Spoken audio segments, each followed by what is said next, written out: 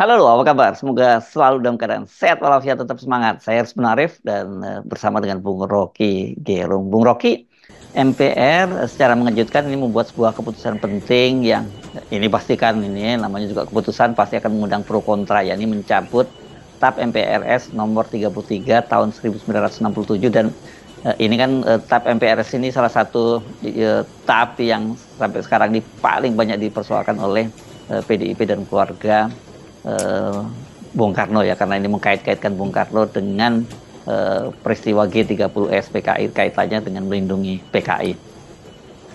Ya, setiap peristiwa di masa lalu selalu bisa diterangkan ulang ketika keadaan mulai memahami apa sebetulnya asal-usul akibat dan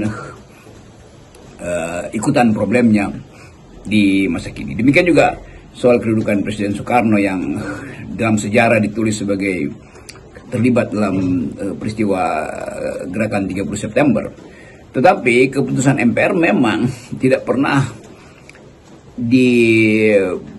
diwujudkan dalam bentuk pemeriksaan bukti karena Presiden Soekarno walaupun laporan pertanggungjawabannya ditolak, tetapi status dia tetap sebagai tawanan atau tahanan politik, atau secara faktual ada tahanan Orde Baru sampai beliau meninggal tuh.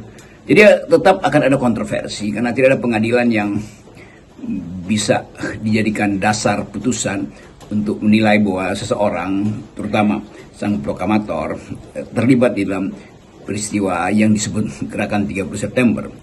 Bahkan kalau kita ikuti analisis-analisis tentang peristiwa itu, versinya mungkin ada 10 versi di situ tuh. Yang penting banyak sekali tuh. Versi Ben Anderson jelas kita tahu yang melakukan riset yang paling mendalam, dan kita waktu mahasiswa membaca riset Ben Anderson untuk tiba pada tesis bahwa G30S itu adalah apa istilahnya waktu itu, problem internal Angkatan Darat. Dan semua kita berupaya untuk memahami bahwa Bung Karno adalah tokoh yang menggelorakan semangat nasionalisme. Saya ingat waktu saya mahasiswa,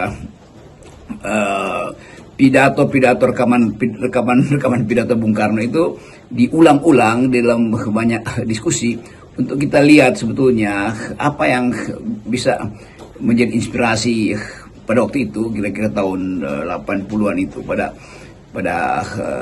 saat ketika Orde Baru sangat berkuasa. Maka pidato-pidato Bung Karno itu kita dengarkan sebagai penyemangat untuk demonstrasi itu. Dan kita akhirnya memahami bahwa ada persaingan politik di dalam era Orde Lama. Yang Orde Lama itu orde yang ditempelkan oleh Orde Baru.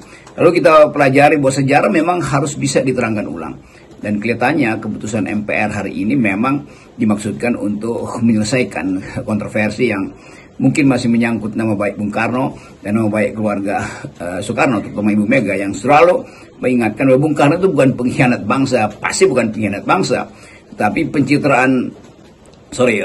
keputusan MPR itu hari ini dicabut dan dinyatakan bahwa Bung Karno memang adalah pahlawan nasional.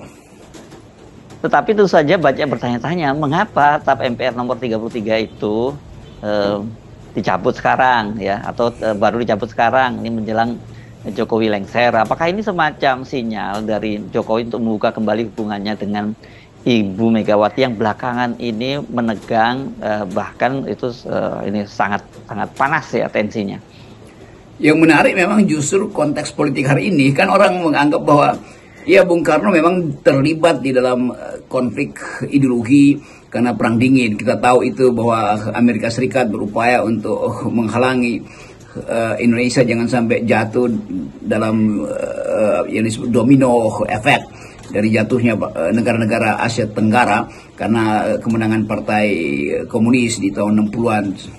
Dan itu menunjukkan bahwa soal Indonesia itu memang bagian dari semacam realignment dalam politik global, terutama kubu komunis, Pakta Warsawa dan NATO pada tahun-tahun pertengahan 60-an sampai tahun 70-an.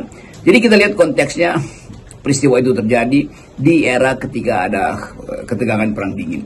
Tetapi kalau kita lihat pencabutan itu hari ini, orang mulai menduga bahwa mungkin ada semacam upaya rekonsiliasi antara Pak Jokowi dan Ibu Mega. Karena itu momentumnya diambil ketika Pak Jokowi hendak lengser supaya Pak Prabowo menyehatkan kembali hubungan Ibu Mega dengan sejarah. Padahal bagi Ibu Mega sebetulnya nggak ada problem karena Ibu Mega sudah menghadapi tekanan itu bertahun-tahun dan Ibu Mega tetap konsisten mengatakan bahwa ajaran Bung Karno adalah ajaran dia tuh, ajaran Bung Karno ajaran PDIP. Jadi PDIP memang mensumberkan ajaran ideologinya pada Soekarnoisme dan itu bukan hal yang berbahaya karena memang hari-hari ini bahkan ideologi kerakyatan, ideologi berdiri di atas kaki sendiri itu jadi ideologi dunia. Nah, kemampuan kita menafsirkan pikiran-pikiran Bung Karno tergantung pada kemampuan PDIP berselancar dalam ide-ide besar tentang keadilan, tentang terutama keadilan bagi lingkungan, tentang persaudaraan umat manusia, tentang bahaya ketegangan ideologi yang bisa diakibatkan oleh persaingan sistem kapitalis dan tekanan-tekanan masyarakat sipil. Jadi semua hal yang pernah dibayangkan oleh Bung Karno memang hari-hari ini berlangsung, yaitu eksploitasi kapitalisme, eksploitasi berbasis tekanan kapital pada negara-negara yang dianggap lemah di dalam perundingan atau negosiasi internasional. Jadi tetap relevan pikiran Bung Karno itu. Nah, kita akan berupaya untuk melihat apa akibatnya bagi PDIP ketika stigma tentang keterlibatan Bung Karno itu tidak lagi ada di dalam keputusan MPR atau sudah dibatalkan oleh keputusan MPR. Tapi saya pikir Bung Rocky ya, pencabutan TAP MPRS yang menyatakan Bung Karno terlibat dalam peristiwa G30 PKI itu tidak hanya bisa kita lihat dari kepentingan Pak Jokowi yang ingin mengajuk hati Ibu Megawati dan PDIP ya. Tapi saya kira ini juga bisa kita lihat dari perspektif ini sinyal dari Pak Prabowo untuk Ibu Megawati karena katanya ini hasil pertemuan antara Pak Jokowi, Pak Prabowo dan juga dengan Puan Maharani begitu. Ya benar, atau kira-kira begitu dugaan publik Saudara Hersbeno. Karena 2 hari lalu dan beberapa hari yang lalu juga ada sinyal bahwa PDIP akan dibujuk atau ditawarkan kedudukan di dalam pemerintahan Pak Prabowo. Tapi belum kita lihat reaksi dari PDIP. Jadi sangat mungkin juga spekulasi menuju pada upaya Prabowo berbaikan dengan Ibu Megawati melalui pencabutan status TAP MPR yang tadi menginsinuasikan bahwa Soekarno terlibat di dalam gerakan 30 September.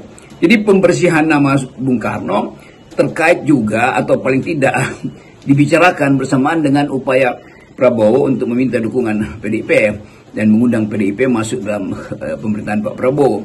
Ini soal Gerindra dan PDIP atau mungkin juga disebut soal 2 tokoh nasional yaitu Ibu Mega dan Pak Prabowo. Tetapi ada bayang-bayang Pak Jokowi tentu karena tetap di era Pak Jokowi TAP itu dikeluarkan. Kita tidak tahu apakah ini semacam upaya juga Pak Jokowi mengirim sinyal supaya berbaik-baik dengan Ibu Mega itu kurang bisa kita mengerti sebetulnya. Bisa kita mengerti adalah bahwa Pak Jokowi agak gelisah dengan kedudukan beliau hari ini karena tidak dapat semacam jaminan bahwa kasus-kasus dia di masa lalu, maksud saya 9 atau 10 tahun terakhir ini bisa juga diputihkan seperti status dari Presiden Soekarno dalam kasus yang sedang kita bicarakan hari ini. Tapi tentu saja berbeda karena Presiden Soekarno tidak didakwa karena dia korupsi, tidak didakwa karena perbuatan tercela, didakwa karena dianggap terlibat di dalam terlibat di dalam upaya untuk melakukan kudeta yang gagal. Dalam bahasa lain dianggap sebagai kegagalan Bung Karno itu karena Partai Komunis belum siap sebetulnya membackup ide Bung Karno tentang persatuan. Atau banyak juga yang menganggap bahwa ada pengkhianatan dari dalam Partai Komunis sendiri. Atau juga ada yang menganggap bahwa ada keterlibatan militer dalam peristiwa G30S PKI itu. Tetapi apapun, semua analisis bisa diajukan di ruang seminar. Tapi satu yang faktual bahwa Bung Karno memang sudah memperoleh tanda jasa pahlawan nasional.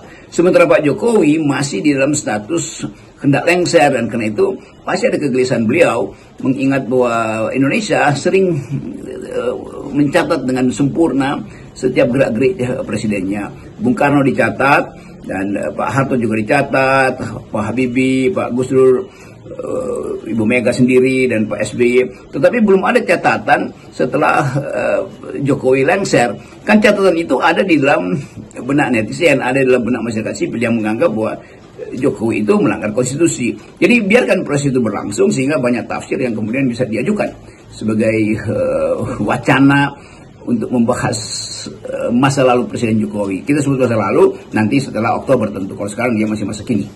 Tapi sebenarnya apa artinya ya pencabutan TAP MPR nomor 33 itu bagi PDIP dan khususnya keluarga Bung Karno? Toh tanpa dicabut pun ya sekarang ini buat mereka juga tidak lagi jadi persoalan. Apalagi kalau dikaitkan ke generasi sekarang, generasi Gen Z itu yang nggak ada yang tahu lagi soal itu. Gitu. Apalagi kemudian mengait-ngaitkan pilihan politik mereka dengan PDIP dan keluarga Bung Karno itu karena tadi berkaitan dengan TAP MPRS tadi.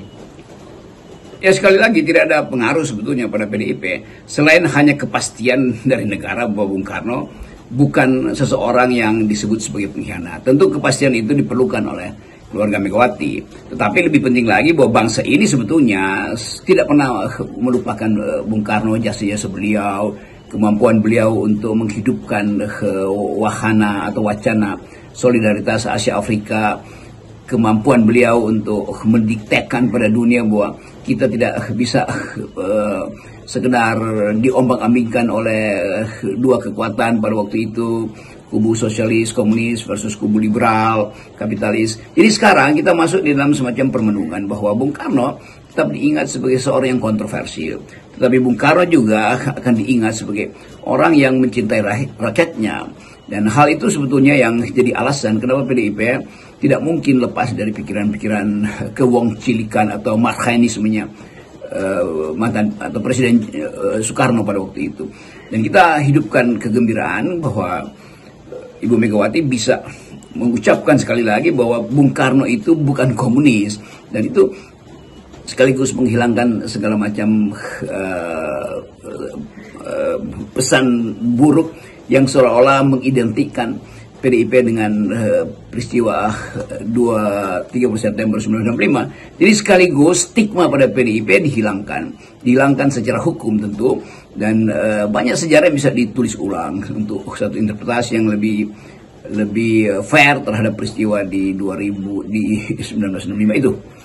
Itu kira-kira keterangan yang bisa kita pakai hari ini untuk menerima fakta bahwa Bung Karno memang dalam sejarah Indonesia tidak mungkin dihapuskan jejak pikirannya, jejak emosinya, emosi dalam arti pemihakannya dia terhadap rakyat, dan jejak perlawanan dia terhadap sistem kapitalisme dan imperialisme global. Terima kasih Bung Rocky. Salam akal sehat, hapuskan akal bulus dari kepentingan politik. Semua hal yang menginginkan pemanfaatan lembaga-lembaga negara demi kepentingan sebuah keluarga.